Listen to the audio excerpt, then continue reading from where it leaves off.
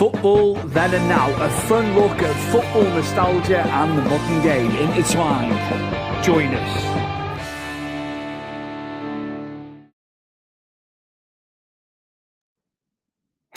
A warm welcome. This is episode 96 of Football and Now. We are back after the Christmas break, and I have got a returning guest, an Aston Villa fan, Brady Barlow, back on the show. We're going to preview a handful of games because we've got 10 games between tonight and Thursday. How are you, Brady? Oh, bad, mate, you? All good, all good. And I'm just looking, I've got the game on as we are talking as well. I've got West Ham Forest on in the background. So we will keep the listeners and viewers updated with that as we go through. But yeah, everybody playing over the next 3 nights, mate. Yourselves, I think we've got to start with yourselves and Palace. And just, do you know what, mate? First half against Arsenal, I thought you played really, really well, you know.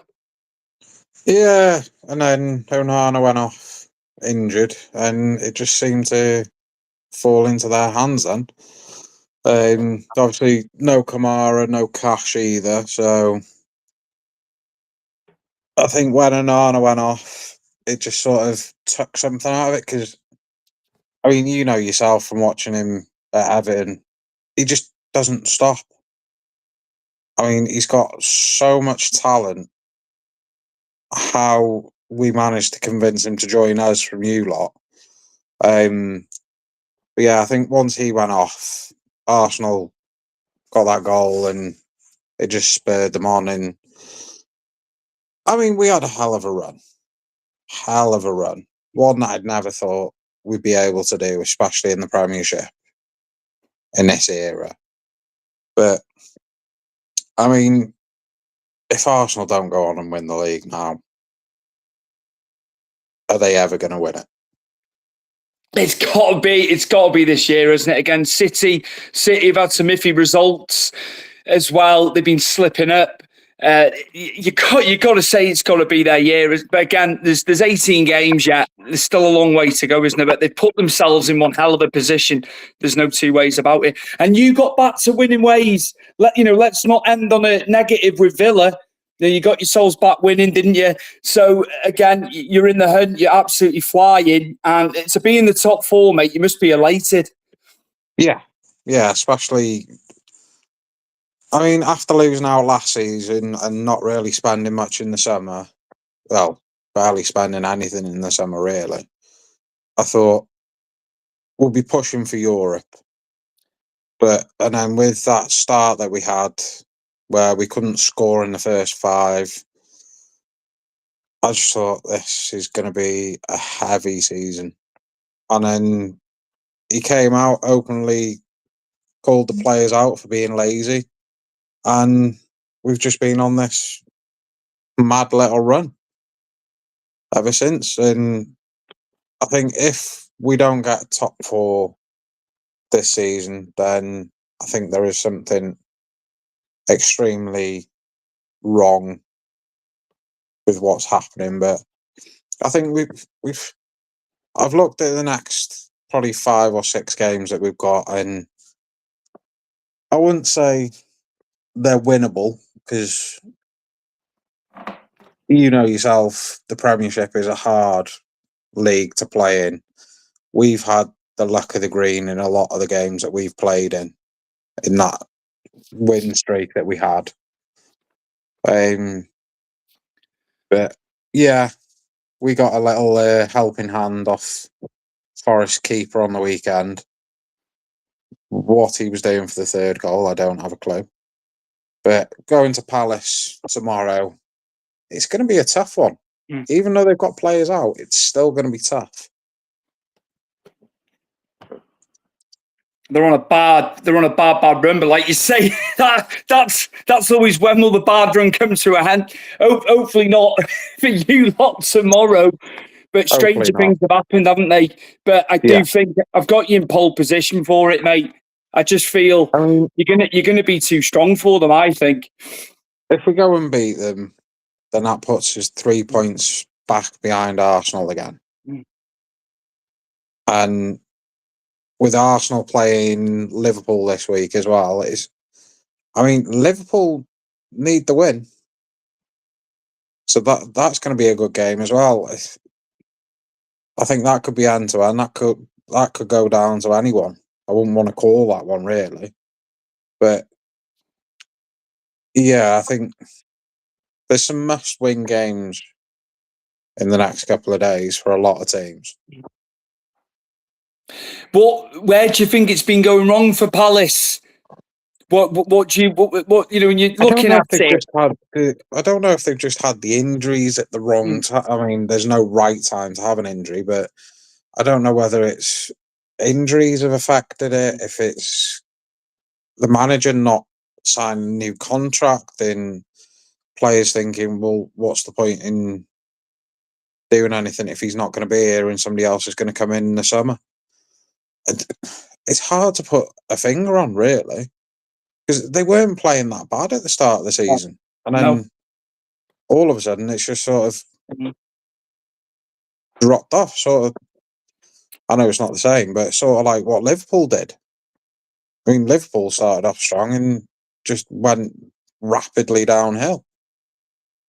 Munoz being out is a big loss for them. It's the amount he contributes, getting forward the assists. He pops up with goals as well. He's pivotal. Saar being at AFCON. I know a lot of teams, have lost players. It's not just Palace. All the clubs in the league have lost players. But you look, they're two straight away that are huge misses for that team. They are pivotal. They are pivotal to Palace and what they're about, aren't they? Yeah, and then Watton's been out a couple of times as well, hasn't he? I think he's out again tomorrow. So I think they've had bad injuries and people missing for, like you said, the African Cup of Nations at the wrong time, really. Just crazy. If I have to press you for a prediction, that's the next order of business for this one, just for us to wrap up. 2-1 Villa. Yeah. Safe. Yeah, I was veering towards maybe a 3-1 Villa on that one myself. I just can't see past you. And you need to keep going, don't you now, mate? It's so important winning on the road as much as it is at Villa Park, because that's what Arsenal are doing. They're winning away, aren't they? Tough game at Bournemouth, of course. It was 3-2 by the end of it, wasn't it? But you've got to be winning on the road, haven't you? Yeah, I mean, if we go and win, we go, 11 points clear of Liverpool. So that gives us a little bumper going into the next few games. And I think if results go our way, then we've got a cushion, but we just need to keep pushing. We need to get that win streak back on again. Just get results where we can, starting off tomorrow. Perfect. Yeah, we look forward to that one tomorrow evening. Of course, a big loads. I think there's 8 games tomorrow night. Actually, there's obviously one going on now, and then one on Thursday. So 8 games tomorrow night, all on Sky Sports. And moving on, Brady, we pinpointed this game when we were chatting this morning. It's 7th versus 8th.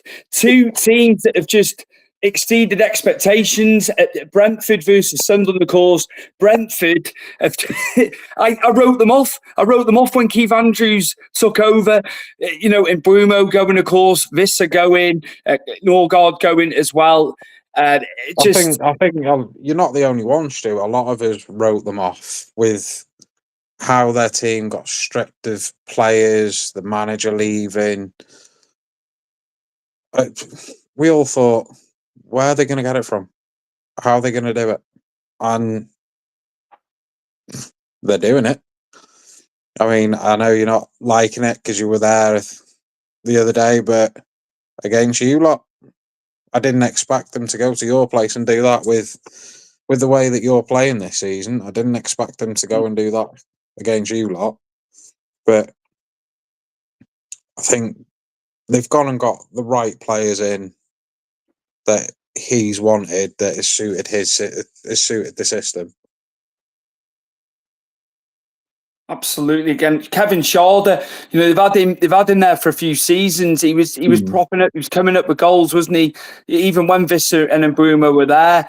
He's been fantastic. And Thiago up top, mate, he absolutely bullied the back line. But we made it easy. The lads made it easy for him. Before that first goal, Keane was nowhere near him. And we won the ball back, then we lost it. That was happening throughout the game. We were just so cheap with the ball. We were losing the ball, couldn't string the passes together.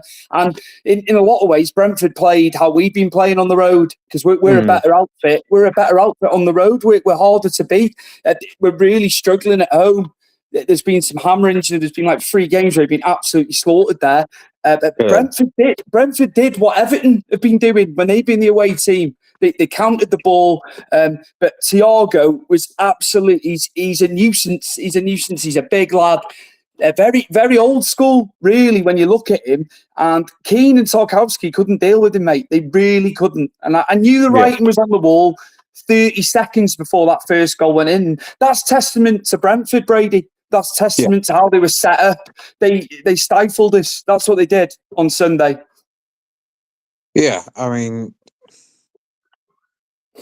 Brentford like to find these strikers. I mean, you look at the previous ones that they've had: Ollie Watkins, Ivan Toney, Mbeumo, Visser, to name a few, and they just seem to go and find these strikers from nowhere.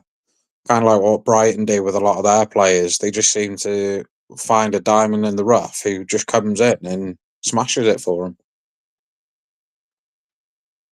Recruitment, isn't it? This is where we're getting lost again, because all these teams are picking players up. You know, they paid 30 million for him, and we're throwing money around willy-nilly, and the recruitment's nowhere near. But you've just got to tip your hat to the likes of Brentford finding these players, and they're not paying through the nose. And you know, he's got 14 goals now, that lad, and everyone was basing it off how many penalties he had, but he's hardly had any penalties in the more recent goals that he scored. So he is scoring, he is firing, and he is a pain. He is going to be an absolute pain to the end of the season. He is for other clubs. Yeah. I mean, I think it's going to be a test for Sunderland tomorrow. I mean, they're picking up wins, but they're not on the best of forms, where Brighton's got a bit of, Brentford have got a bit of form going into this one. I think it could be a close one. I mean, Sunderland had a good result the other day. Obviously, Brentford against you guys, they had a hell of a result. I could see this one going down to a draw, you know. I wouldn't knock you on that one. To be fair to you, it's going to be very, very tight. I do agree. But I think, again, Sunderland have been decimated by AFCON, and they're still managing to pick the points up. Yeah. Unbeaten at home, of course, still. But again, on the road, they've had 4 losses on the road, but they beat Chelsea at Stamford Bridge.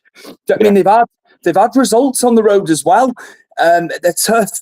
The lads have come in, you know, who've been covering, obviously, the lads at AFCON. And he's done a fantastic job. He's done an absolutely fantastic job, Labrie.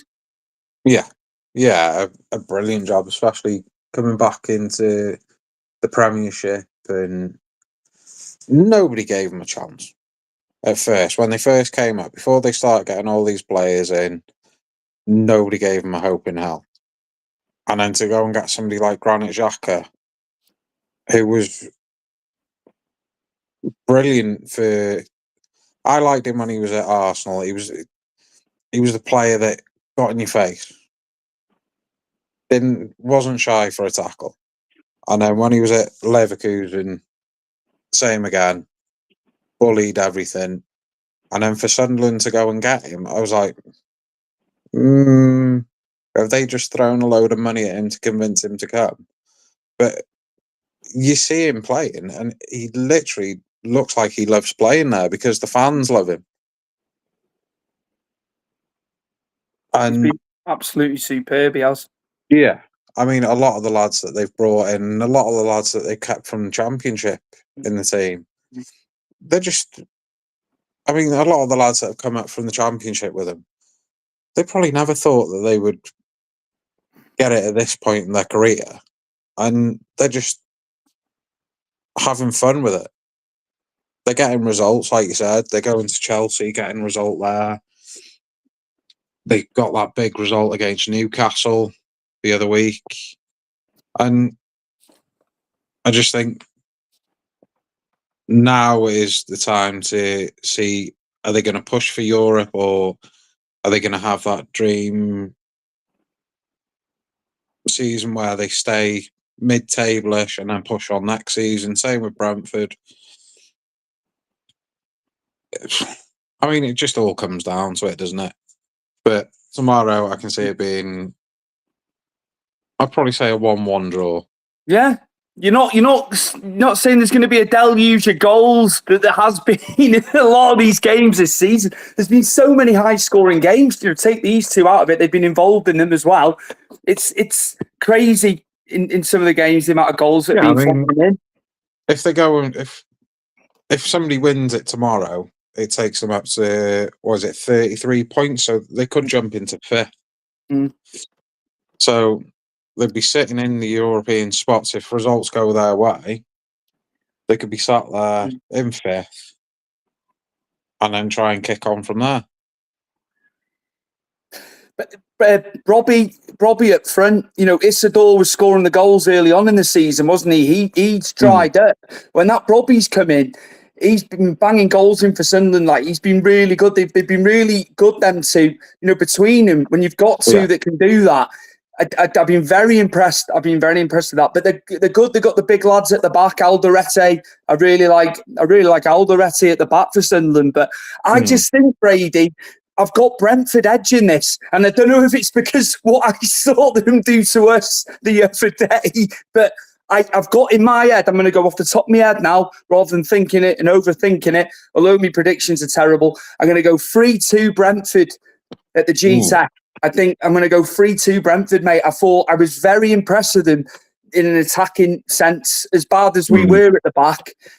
I thought they were really, really good going forward. They were constantly a problem, and I've just got them edge in it, mate.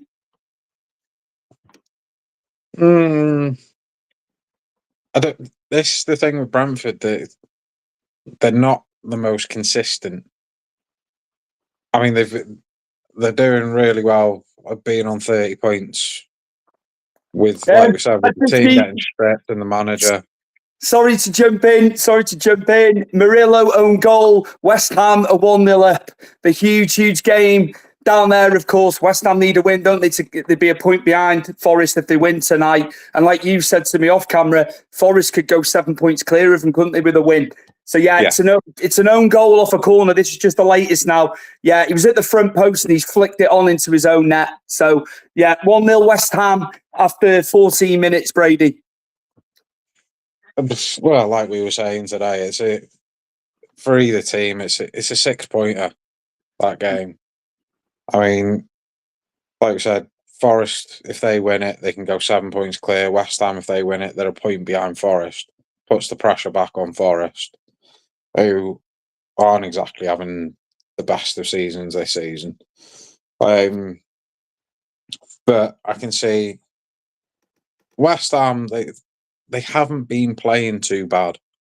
I mean, they got absolutely battered by Wolves the other day, but before that, they were looking like they were getting back to something. And I think this game, if they can get the win out of it, I think it could spur them on to have a little push and get out of that relegation zone. I still think Wolves are gone. I think, no disrespect to Burnley, I think they're going to go as well. I just don't think they've got the strength and depth to do what the others have done, what Sunderland's done especially. But I think West Ham, if they get that win tonight, they're going to catch Forest. When you've got Lucas Paqueta and Jared Bowen in your team, I know he wasn't enamoured with the squad that he took on, Nuno, because he said months ago when he took that job, he said, I've got a job on here in terms of the depth of the squad. But you've got two really good players in that team, in the spine of the team. So, they have got that. But again, Callum Wilson is leaving. And he's going. A strange one, isn't I it? know. they've obviously got people lined up because Nicholas Fulcrum's gone as well. Yeah, they've brought or have they put a bid in? They've either brought him in, or they put a bid in for guy from Lazio. I think it was. Was it Lazio? I know they've gone for somebody from the Italian league, and there's somebody else as well. So they've got a couple of targets lined up.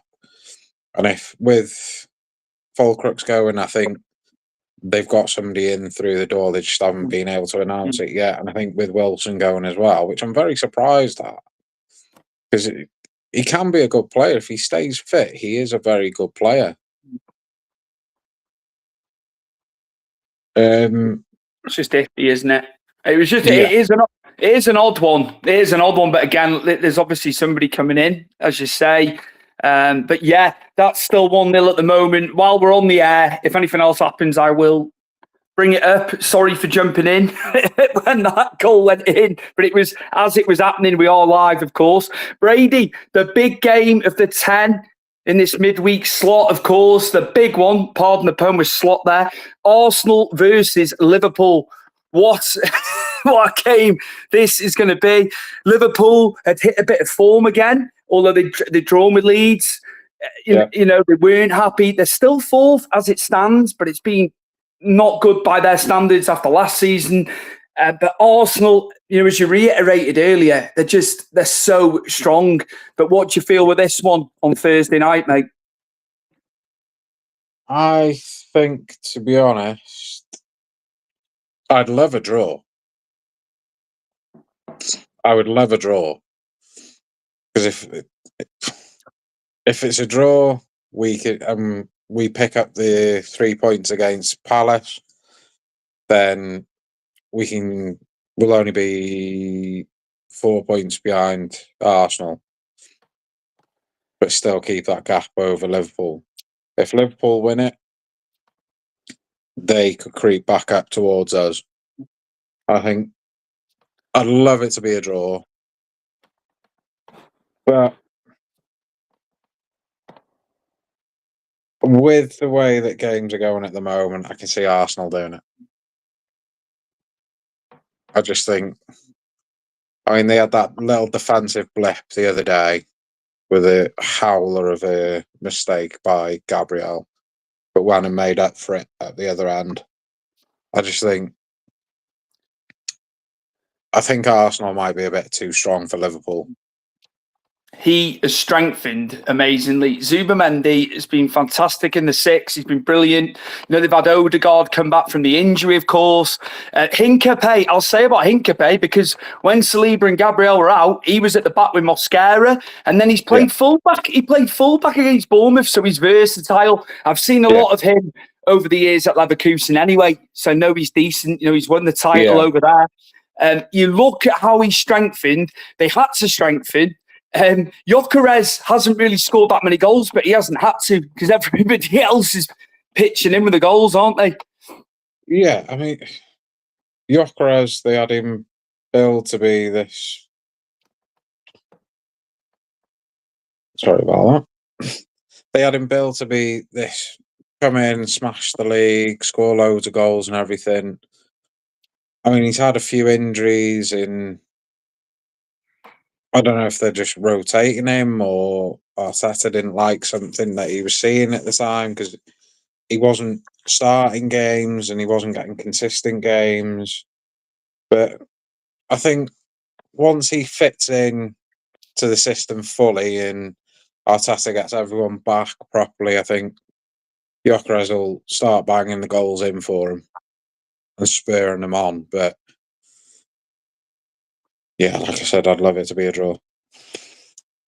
It's going to be a close game, that one. But again, the Liverpool fans are going to shoot me down in a minute, but I can't see past an Arsenal victory just the way they've been.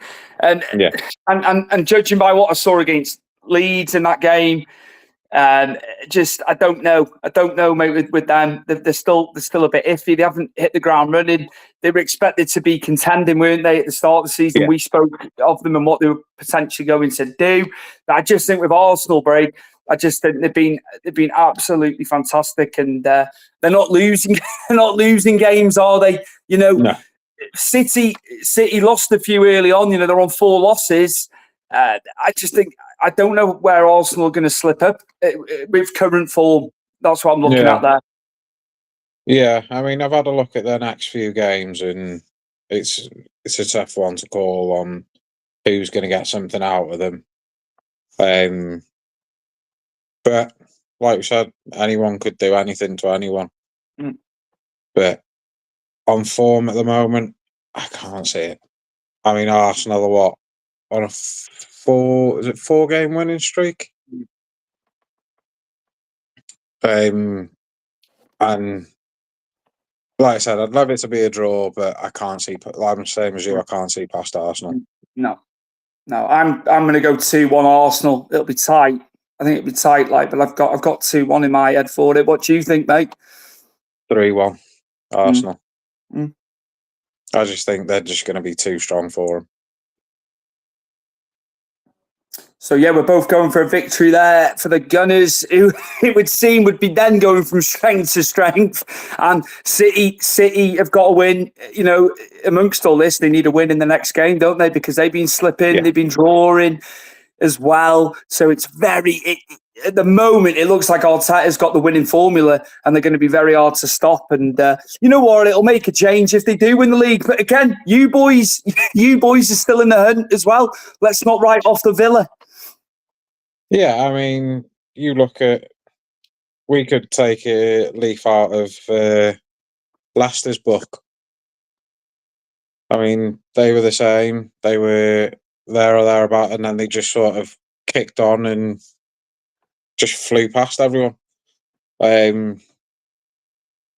mean, we kept a lot of the players together from last season. Got contracts for players that he wants to keep at the club, and Morgan Rogers was probably the biggest one. I think getting him tied down for another 5 or 6 years, I think that was the big one. Apparently now Chelsea are sniffing round. They reckon they can prize him away. But apparently there's price tags of 150 million being touted for him. But would he go to somebody like Chelsea where he could stay at Villa, where the manager's got full reign of the club and he knows what he's going to be doing, who he's going to be playing for. There's no unrest in the boardroom, unlike certain other clubs. I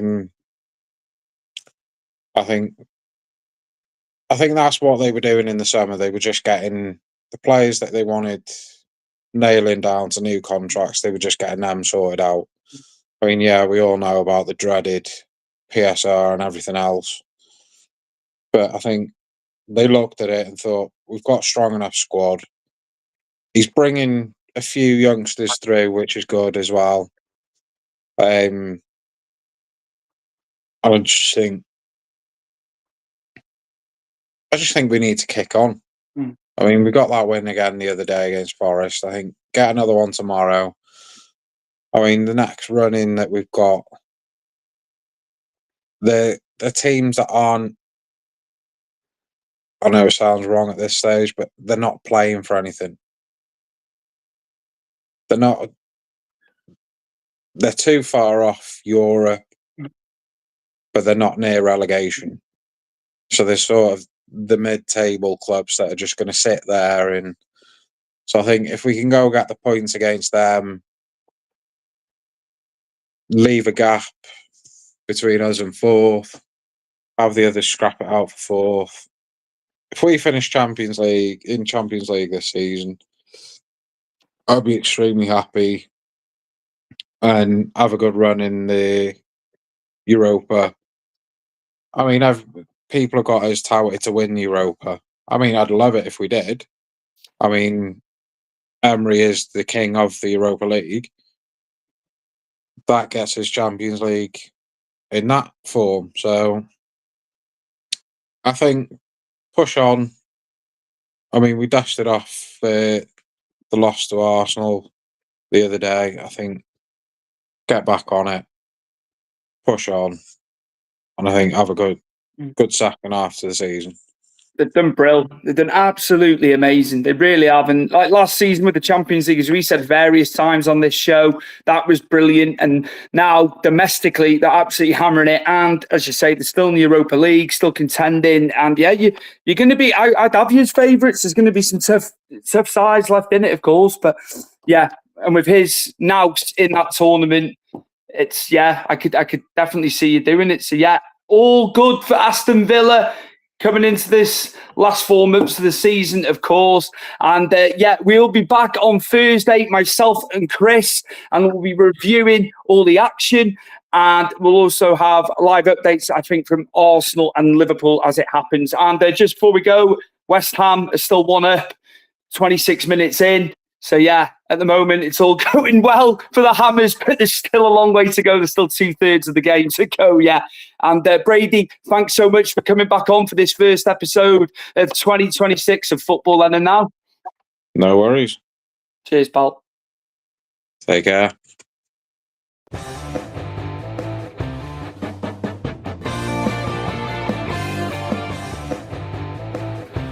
Football Then and Now, a fun look at football nostalgia and the modern game intertwined. Join us.